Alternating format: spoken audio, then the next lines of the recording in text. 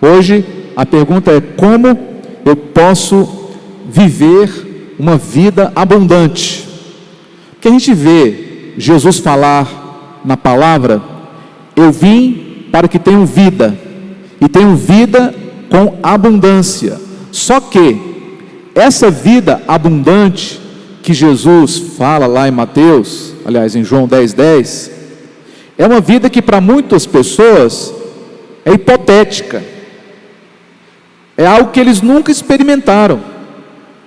Essa vida abundante, igual uma vez um sujeito foi entrevistado na rua, e a repórter perguntou para ele assim: ei, o que você vai fazer com o seu 13º salário? Ele falou assim: 13º, o que é isso? Ou seja, o cara não tem nem um 13º, e ela está perguntando o que ele vai fazer com esse dinheiro. Então tem muita gente que não tem noção do que é uma vida abundante. Eu estou falando de pessoas da fé. Tem muitas pessoas dentro da igreja que não sabem o que é uma vida abundante, porque a vida inteira que elas se conhecem é sofrimento, é necessidade, é padecendo daqui e dali, vendendo o almoço para comprar a janta, devendo a tudo e a todos, água cortada, luz cortada, telefone cortado, andando de carro com o pneu careca. Enfim, essa tem sido a vida de muita gente, mas não é essa a vida abundante que Jesus nos prometeu. Amém, pessoal? Então existe uma possibilidade muito grande e certa de nós termos qualidade de vida. Nós não podemos abrir mão disso. Você não pode passar o resto da sua vida achando que ser pobre é uma virtude, e de que é isso mesmo que Deus designou para mim aqui na terra. Não, não é. Deus, Ele sempre tem algo melhor para os seus filhos. Deus nunca desejou que você vivesse uma vida medíocre. Os filhos de Deus não podem ser medianos. A natureza dos filhos de Deus, basta você olhar para o povo judeu. A natureza dos filhos de Deus é de um povo inteligente, de um povo próspero, de um povo que se destaca, de um povo que não é cauda, mas é cabeça. Não é um povo que pede emprestado, mas é um povo que empresta. É um povo que está sempre por cima e nunca por baixo. O povo de Deus, até mesmo lá no Egito, na Babilônia, na Assíria, eles eram respeitados, porque eles eram o povo de Deus. Então, você foi designado para a grandeza. Amém? Deus plantou uma semente de grandeza dentro do seu coração. Isso é algo divino. Em vez de você se achar um em 1 milhão, você tem que se lembrar que você é um entre 8 bilhões de pessoas. Não tem ninguém igual a você. Aliás, as pessoas, todas elas querem ser reconhecidas. Eu olho, por exemplo, para as crianças. Criança é o seguinte: quando ela está fazendo alguma coisa, o que ela fala? Olha aqui, papai. Olha aqui, mamãe. Olha aqui, vovó. Fica só toda hora pedindo para você olhar, né? Olha, por que a criança faz isso? Porque ela quer ser reconhecida, ela quer ser valorizada, ela quer ser notada. Os adultos também fazem isso. Sabe como? Quando troca de carro, quando compra, uma casa, quando troca de apartamento, quando compra uma roupa nova. Você compra uma roupa nova, você não fala nada, mas você é como se você dissesse: olha aqui, olha aqui, eu estou aqui. Isso é do ser humano, isso é bom, isso é agradável. Eu gosto de vestir uma roupa nova, de uma jaqueta nova, de um sapato novo, Eu gosto disso, quando for chegar a época, eu vou trocar meu carro por um carro melhor do que o que eu tenho hoje. Então, irmãos, isso é algo saudável. A gente não pode viver longe disso. Estamos o tempo todo buscando também melhor qualidade de vida. O tempo todo. Lá em Isaías 1:19 fala assim: se quiseres e me ouvirdes, comereis o melhor dessa terra. Está escrito assim. Então Deus tem essa vontade para nós. Mas hoje eu quero destacar a história de um homem não muito conhecido na Bíblia, mas que o exemplo dele serve para nós hoje, milhares de anos depois. A passagem que eu vou ler está lá em 1 Crônicas, capítulo 9, aliás, 4, versículo 9 e 10. Você recebeu aí, irmãos, um roteiro para você me acompanhar com os versículos e preencher as palavras que estão aí, as lacunas, para você fixar algumas chaves que eu vou entregar nessa manhã. O texto fala de um homem chamado Jabes, e eu vou pedir a permissão para vocês de chamá-lo de Jabes, tá? Porque eu aprendi desde criança Jabes, então vou falar Jabes, tá? Embora seja com Z, né? Segundo a nossa língua ortográfica, tem que falar Jabes, mas eu vou falar hoje aqui para os irmãos sempre Jabes, tá bom? Então os primeiros 9 capítulos de 1 Crônicas são aqueles capítulos que falam de genealogia. Esse livro de 1 Crônicas é aquele livro, lembra que quando você começou a ler a Bíblia de capa a capa, você desistiu? Normalmente a pessoa não consegue passar de 1 Crônicas, porque são 9 capítulos só de nome, um atrás do outro. Fulano nasceu, gerou Beltrano, que gerou fulano, viveu tantos anos. E aí foram 9 capítulos. Tem muita gente que não aguenta um negócio desse. Só que no meio desses 9 capítulos existe um nome de todos aqueles milhares de nomes que estão lá, que Deus fez uma menção diferenciada, e esse nome chama-se Jabes. Vocês vão ver por quê, tá? Veja só, no meio de todos eles, Deus escolheu um homem para receber um reconhecimento especial. Há apenas 2 versículos em toda a Bíblia que falam o nome dele, só 2 versículos, aqui, né? E ele recebeu uma menção honrosa que o colocou acima de 600 e tantas pessoas. Jabes, porque Deus disse que esse homem era diferente. O que ele fez para se tornar diferente? Ele fez uma oração. Diga comigo, uma oração. A oração de Jabes tornou Jabes diferente de centenas de pessoas. Você quer ser diferente? Você quer chamar atenção? Você quer realmente fazer diferença nessa terra? Aprenda a orar. A oração de Jabes é um exemplo para nós. Eu vou ler aqui para você. 1 Crônicas 4, 9. Jabes foi o mais respeitado de sua família. Sua mãe lhe deu o nome de Jabes, dizendo: com muitas dores o dei à luz. Jabes orou ao Deus de Israel, dizendo: abençoa-me e aumenta as minhas terras, que seja a tua mão comigo, guardando-me de males e livrando-me de dores. E Deus o quê? Atendeu o seu pedido. Então, no meio de todos aqueles 600 nomes, fui ver aqui, anotei, eram 600 nomes. No meio daqueles 600 nomes, o nome de Jabes foi o nome que Deus parou, fez um comentário sobre a vida dele e continuou a lista. Então isso é um destaque. Jabes orou, pediu para que Deus pudesse dar a ele a bênção, a proteção e a direção.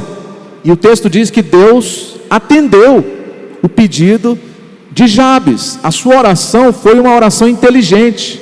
É um tipo de oração que há muitos anos atrás eu tenho feito na minha vida. Deus, abençoa-me. Olha só, diga assim: abençoa-me, aumenta as minhas terras, que a tua mão esteja comigo, guardando-me de males e livrando-me de dores. Que coisa tremenda. É assim que você tem que orar. Você quer passar uma vida nessa terra aqui livre de problemas? Ore como Jabes. E Deus atendeu Jabes e vai atender a gente também, porque é o mesmo Deus. Amém, pessoal? Então olha só, Deus Ele quer nos ensinar algumas coisas essa manhã, respondendo aquela pergunta inicial: como eu posso ter uma vida abundante? Vamos lá. Há 3 segredos na vida de Jabes que nós vamos revelar hoje aqui para você. Você que está aí online, você que está no podcast, presta atenção para você ir até o final com a gente aqui, tá bom? Então vamos lá. Primeiro princípio: Jabes tinha, escreve aí, uma grande ambição. Jabes tinha uma grande ambição. Enquanto os seus amigos estavam satisfeitos com a vida que tinham, ele não. Ele disse: eu quero mais. Eu quero que o Senhor me abençoe. Eu quero que o Senhor aumente o meu território, que o Senhor estenda a minha propriedade. Eu quero que o Senhor me dê algo grande, faça algo significativo na minha vida. Gente, isso aqui é fundamental. Você nunca pode se contentar com aquilo que você tem, mesmo que a sua vida seja uma vida boa, confortável, próspera. Nunca se contente com aquilo que você tem. Sabe por quê? Porque Deus, Ele pode te dar muito mais do que você já tem. Você não pode se contentar com o pouco, quando você serve o Deus que abençoa e te dá o muito. Jesus não falou isso? Foste fiel no pouco, sobre o muito eu te colocarei. Então, se você tem sido feliz no pouco, você também vai ser feliz no muito, amém? Eu creio nisso. Tem muita gente que tem medo de dinheiro, eu tenho medo de ganhar dinheiro, porque senão eu vou me afastar de Deus. Vai nada, você vai se aproximar de Deus, amém, pessoal? Sim ou não? Eu creio. Ele pediu: Deus, abençoa-me. Jabes tinha uma grande ambição, e mais do que tudo, ele queria a bênção de Deus. Hoje em dia, há muita gente que está vivendo uma vida à deriva, não sabe para onde vai, não sabe o que tem, não sabe nem quanto que deve, não tem metas, não tem planos, não tem propósitos, não tem objetivos, não tem sonhos, não tem nem ambição nenhuma. Uma vez eu perguntei para uma irmã: e aí, irmã, quais são os seus planos para esse novo ano que começa? Ela falou: pastor, não sei que ano que era, digamos que fosse 2020, né? A minha meta esse ano é chegar em 2021. Falei: só isso? Olha, Deus. E Deus, irmã? Você está contando com Deus, não? Olha, se a sua meta para 2023 é chegar em 2024, então você não está vivendo, você está sobrevivendo na terra. Se você tem um Deus grande, como o nosso Deus, aí diante de você, você não pode ter uma meta tacanha.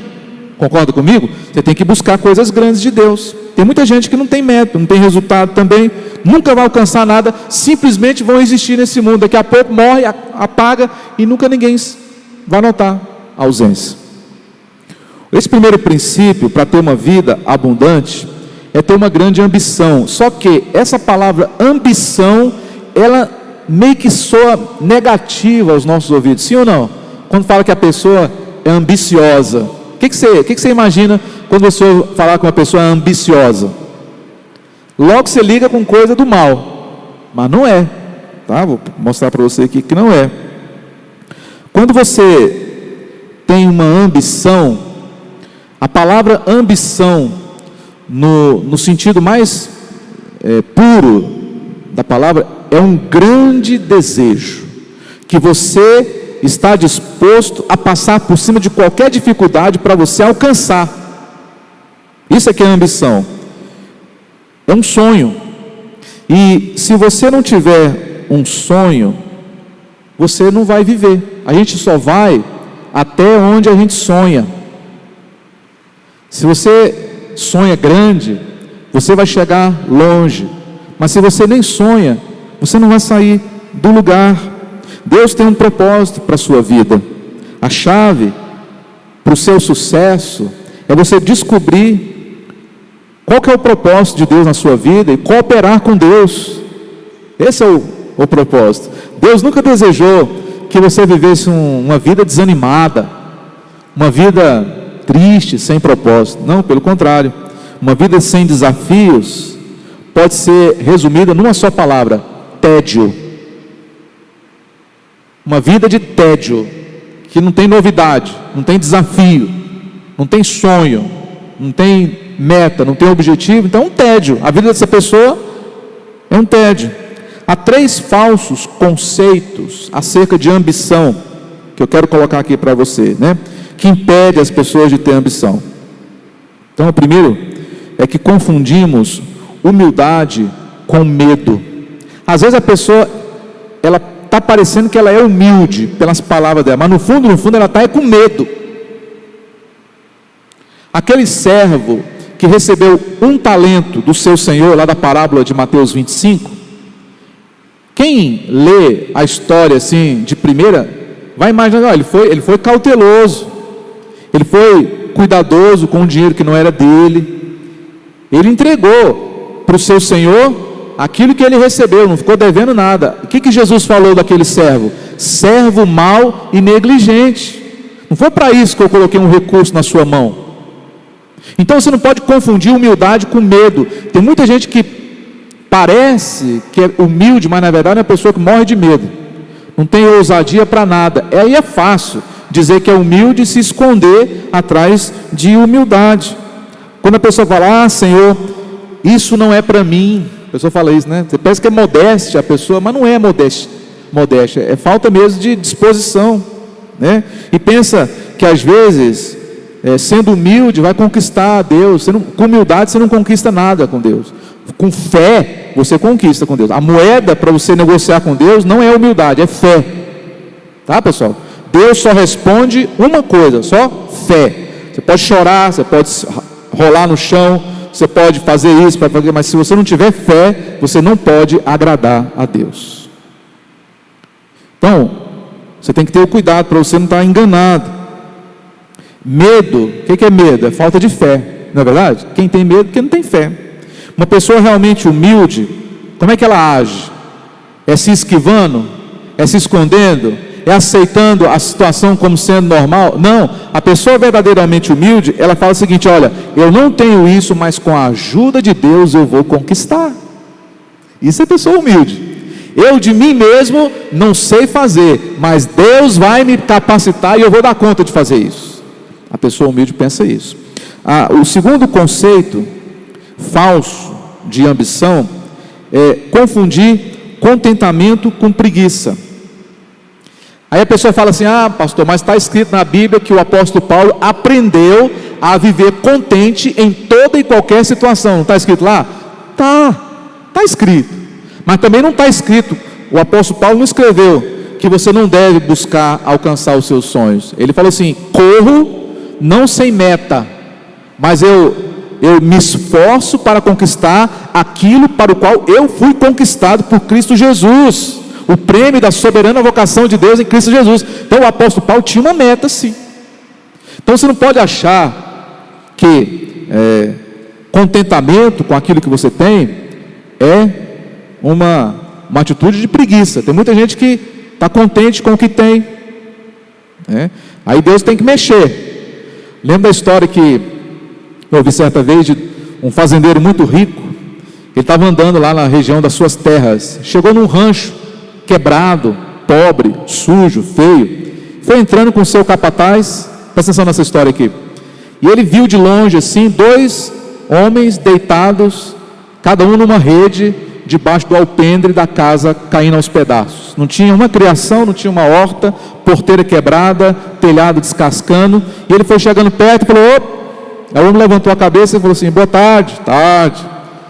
E aí começou a conversar. Aí o fazendeiro perguntou, vocês vivem de quê aqui?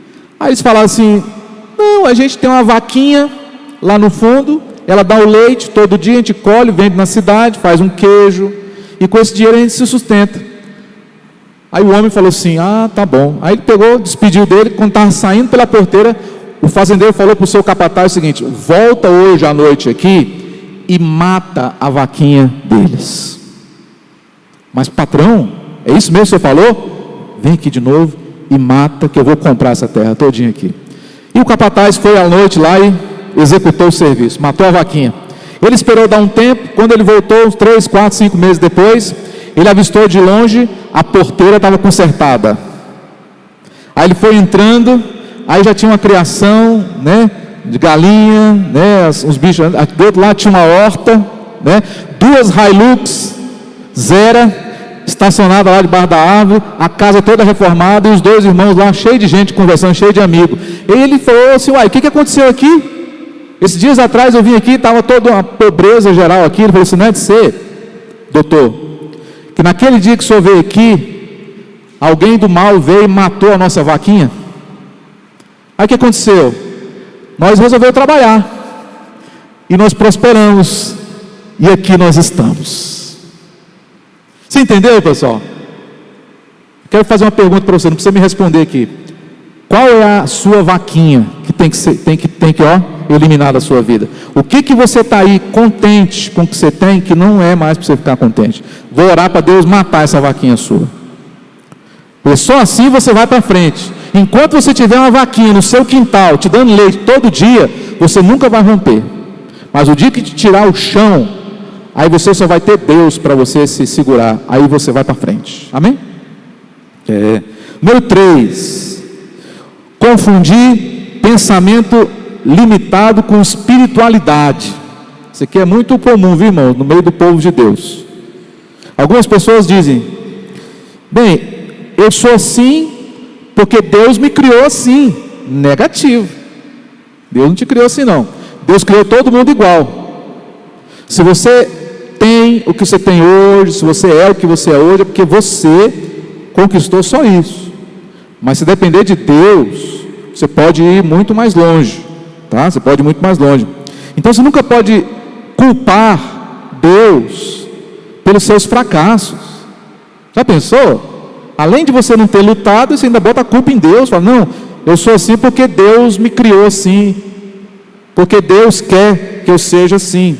Não confunda pensamento limitado com espiritualidade. O segundo princípio na vida de Jabes é que ele tinha uma fé crescente. Escreve aí.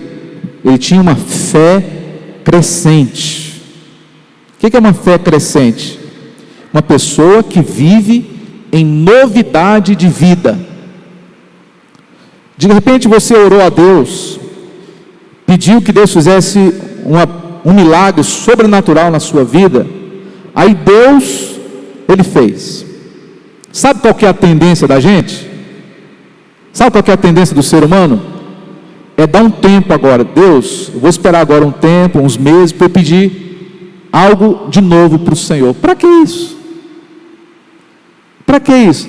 Você já pode pedir no minuto seguinte. Deus te abençoou hoje. Então, irmão, aproveita o fluxo, aproveita a onda, aproveita o movimento, aproveita a bênção e pede outra coisa para Deus. Nesses últimos 3 meses, eu tenho estado muito nas redes sociais, não como consumidor de conteúdo, mas como produtor de conteúdo, criador de conteúdo. Eu compartilhei com os irmãos que no mês de dezembro eu abri uma conta no Instagram. Minha conta tinha lá 300 e poucos inscritos, nunca dei bola naquela conta. Hoje eu estou com 45 mil seguidores no Instagram. Eu abri uma conta no TikTok, estou com 17 mil seguidores no TikTok, 60 mil seguidores em 3 meses. O que eu tenho feito lá? Dancinha? Não, não é isso. Eu estou falando da palavra de Deus, irmãos. Vídeo de 1 minuto falando de Jesus. E o povo está vendo, o povo está sedento, o povo está gostando. Agora, uma coisa que eu aprendi nas redes sociais: quando você tem um grande crescimento, você não pode parar. Você tem que aproveitar a onda.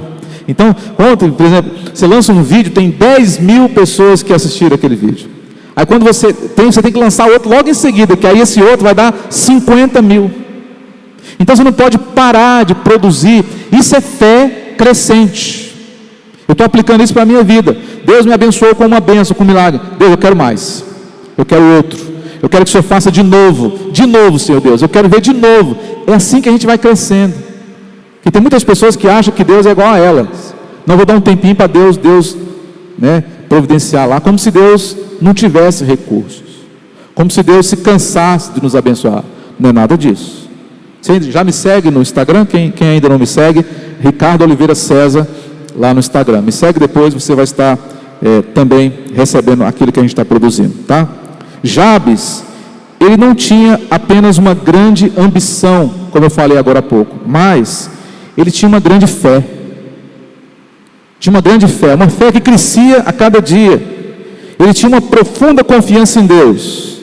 A Bíblia nos revela fatos interessantes sobre a vida de Jabes. Primeiro, é que lá não fala que Jabes era bom em alguma coisa. Não fala que ele era um homem virtuoso, cheio de dons, diferentemente de Jó. Lembra quando Deus fala de Jó? Havia na terra de Uz um homem chamado Jó, homem reto, íntegro, temente a Deus e que se desviava do mal. Com Jabes não fala nada. Então Jabes era igual a mim, igual a você, uma pessoa comum. Jabes era uma pessoa comum. Ele era simplesmente uma pessoa comum, mas que tinha uma fé incomum. Tá? Você pode ser uma pessoa comum, mas a sua fé, ela pode ser uma fé incomum. Havia algo nele que não era talento. Havia algo nele que não era habilidade, que não era instrução, era fé.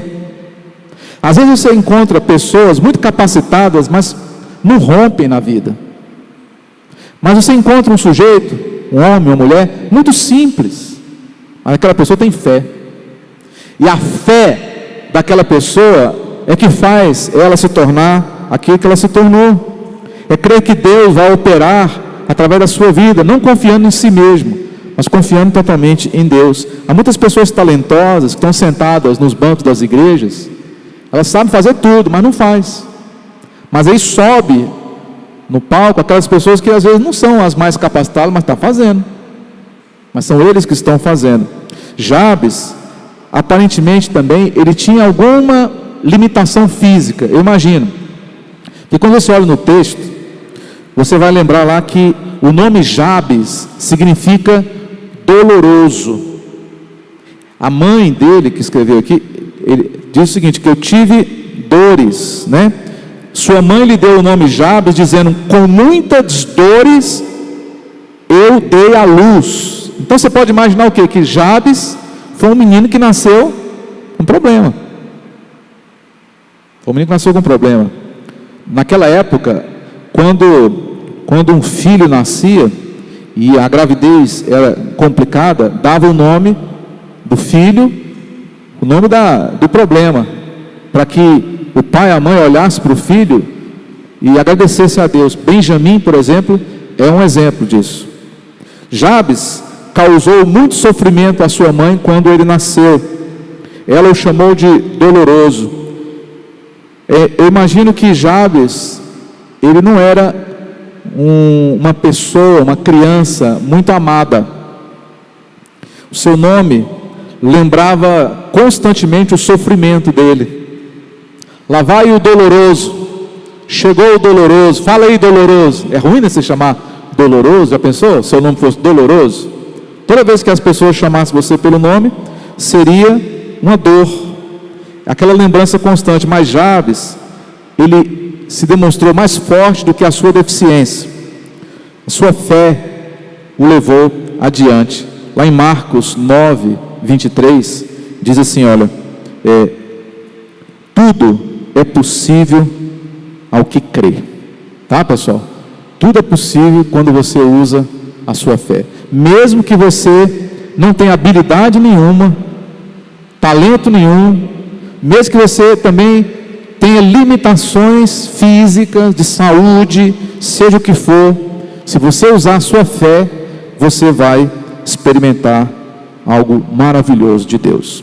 E o terceiro princípio e último é que Jabes tinha uma vida de oração. Escreve aí na sua guia, vida de oração. Primeiro, ele tinha uma ambição. Segundo, ele tinha uma fé crescente. Agora aqui ele tinha uma vida de oração. E Deus está entregando aqui o segredo de Jabes. Se você tiver isso também, vai acontecer também com você o que aconteceu com ele. O pedido de Jabes foi simples. Ele proporcionou uma menção honrosa na Bíblia. Hoje, milhares de anos depois, nós estamos falando dele aqui em Goiânia. Que coisa tremenda! A que tipo de oração Deus responde? Aí eu coloquei a oração dos 3 P's. Que oração é essa, pastor? a oração dos 3 P's. Você vai ser abençoada, você vai ser abençoado por Deus quando você fizer a oração dos 3 P's. Primeiro P, Jabes pediu em oração poder de Deus. Fala, poder de Deus. Você tem que orar: Deus, eu preciso de poder. Poder. O que é poder, pastor? Poder é capacidade. Poder é virtude. Pede a Deus: eu quero virtude, eu quero capacidade para eu poder fazer as coisas. Jabes, ele pediu poder. Pediu poder de Deus. Ele pediu um poder maior que o seu próprio poder de realização. Ele falou assim: Deus, eu quero que o Senhor me abençoe. Eu quero que o Senhor alargue a minha terra. Eu quero que o Senhor expanda o meu território. Eu quero ter uma propriedade maior. Eu pergunto, você ora assim pelos seus objetivos também? Você ora pelos seus objetivos? Você pede ajuda de Deus naquilo que você está planejando? Digamos que você quer fazer um negócio. Para você poder fazer esse negócio, você precisa de poder. O próprio nome já diz: para você poder fazer, você precisa de poder de Deus, tá? Você precisa de uma vida de oração. À primeira vista, a oração de Jabes parece egoísta, não parece? Ele já não tinha uma terra, ele já não tinha uma propriedade, ele já não tinha lá um pedaço de terra. Por que ele queria mais? E qual que é o problema de querer mais? Está vendo? Não tem problema nenhum. A oração de Jabes, aparentemente, parece ser egoísta. Ele orou: Deus, eu quero que tu faças todas essas coisas para mim. É evidente que Deus aprovou a oração de Jabes. O texto próprio diz que Deus respondeu a sua oração. Mas deixa eu falar uma coisa de novo para vocês sobre ambição. Não existe ambição boa e nem ambição má. É apenas um instinto básico do ser humano. Todos têm algum tipo de ambição. Você e eu, todos nós temos algum tipo de ambição. Ela pode ser grande ou pequena. Talvez a sua ambição seja conquistar um pouco mais daquilo que você já conquistou, ou até às vezes se destacar entre os membros da sua família. Mas desde que a sua ambição ela tenha um propósito que venha honrar a Deus. Se aquilo que você está pedindo não honra a Deus, então não é uma ambição boa. Mas se o que você está pedindo vai honrar a Deus, vai glorificar o nome de Deus, então é algo saudável para Deus. O que torna uma ambição boa ou má? Daquilo que está por trás daquela ambição. Se o que estiver por trás da sua ambição for você querer ser melhor do que os outros, aí já esbarra num princípio de Deus, tá? Então, medite nisso. O que você pede a Deus quando você ora, né? A Bíblia fala lá em Tiago de que a gente não tem porque não pede, e quando pede errado. Jeremias fala assim: clame a mim e eu te responderei e lhe direi coisas grandiosas e insondáveis que não sabes. E lá em Efésios 3:20 já diz essa palavra aqui: mas Deus é poderoso para fazer infinitamente mais do que tudo quanto pedimos ou pensamos. O que você tem pedido para Deus? Você quer que Deus restaure o seu casamento? Então pede. Você quer que Deus te dê um outro emprego?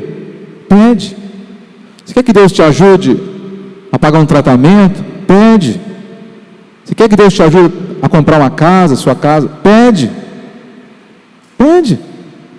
Deus, ele vai atender aquele que pedir. A segunda coisa que Jabes pediu na oração dos 3 P's foi a presença de Deus. Gente, a presença de Deus é tudo. A presença de Deus é tudo.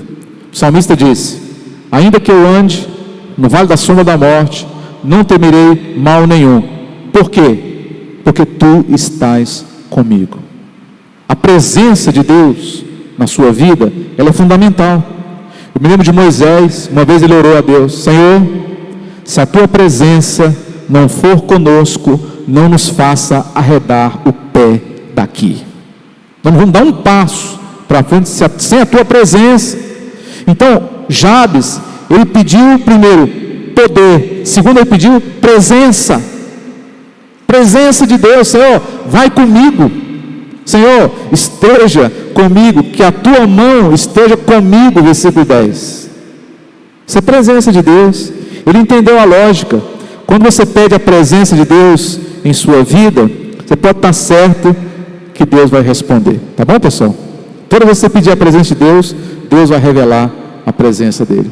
Em terceiro e último lugar, Jabes pediu a proteção de Deus. Escreve aí também. Terceiro P de proteção. Poder, presença e proteção. A partir de hoje, você vai orar como Jabes. Você vai orar pedindo para Deus poder, presença e proteção. E aí, querido, querida, você vai experimentar algo tremendo e maravilhoso, porque a vida toda se resume nesses três pilares.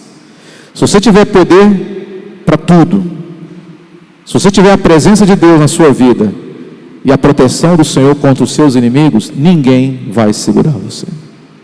Ninguém vai impedir você de ser aquilo que Deus te criou para ser. Nem o diabo vai ser capaz de impedir você de fazer qualquer coisa. Amém? Então, isso é válido ainda hoje.